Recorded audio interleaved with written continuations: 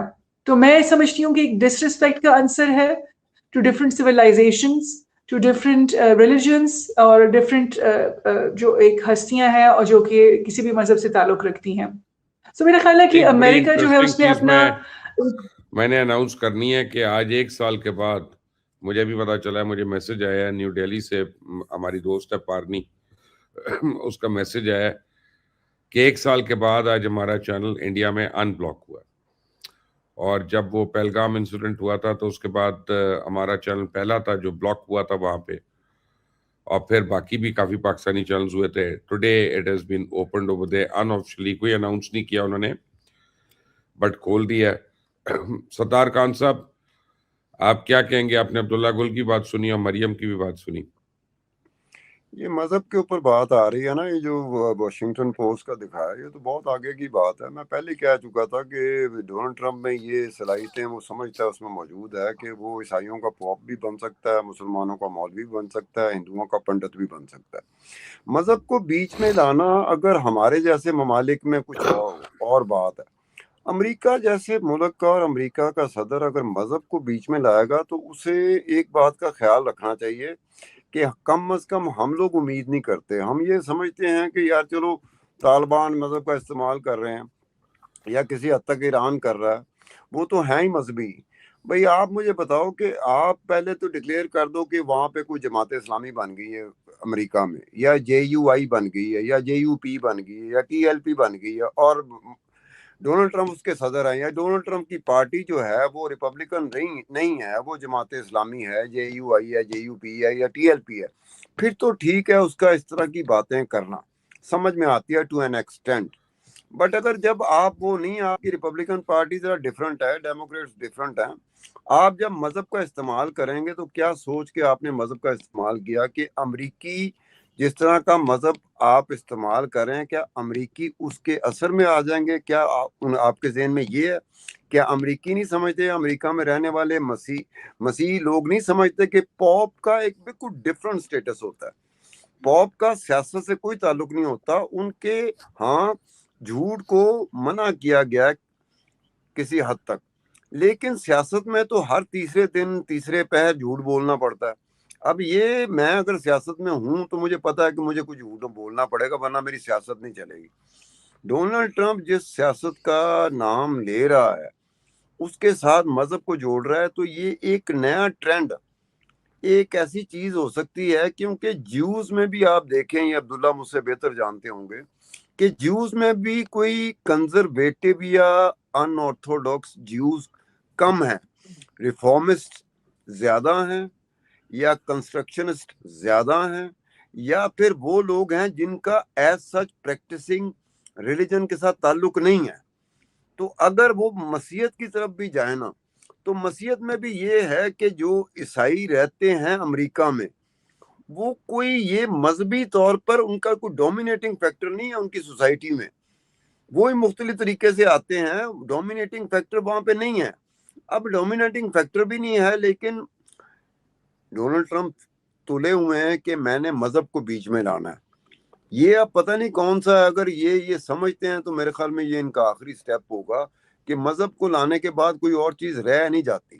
مذہب ایک آخری چیز ہوتی ہے, کیونکہ مذہب ایک ایسا, ہر ایک کا, کوئی بھی مذہب کا پیروکار ہو اپنے ماں باپ کو چھوڑ سکتا ہے, مذہب کو نہیں چھوڑتا.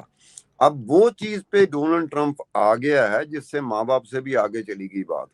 اگر اپنی سیاست کے لیے, اپنی جیت کے لیے, اور آنے والے وقتوں میں جو الیکشن ہونے ہیں جس میں آپ سمجھ رہے ہیں کہ آپ وہی آپ کی پاپولیرٹی رہی ہے جو 2024 میں تھی, جو 2024 میں بہت پاپولر تھا. اب 2026 ہے اور جنگ بھی ہو چکی ہے, اور یہ ایک دفعہ جنگ نہیں ہوئی, 2 دفعہ جنگ ہوئی ہے. اب 2 دفعہ جنگ کو آپ اپنی شکست کو بچانے کے لیے اگر مذہب کو بیچ میں لائیں گے تو اس اسکیل کے اوپر، اس سطح پہ، اس لیول پہ میں نے پہلے کبھی نہیں دیکھا. اگر عبداللہ نے دیکھا ہو تو میں بتا دے کہ کسی صدر نے، امریکی صدر نے مذہب کو اس طرح استعمال کیا جس طرح کے جی Donald Trump. Abdullah sahab last sir comment from you.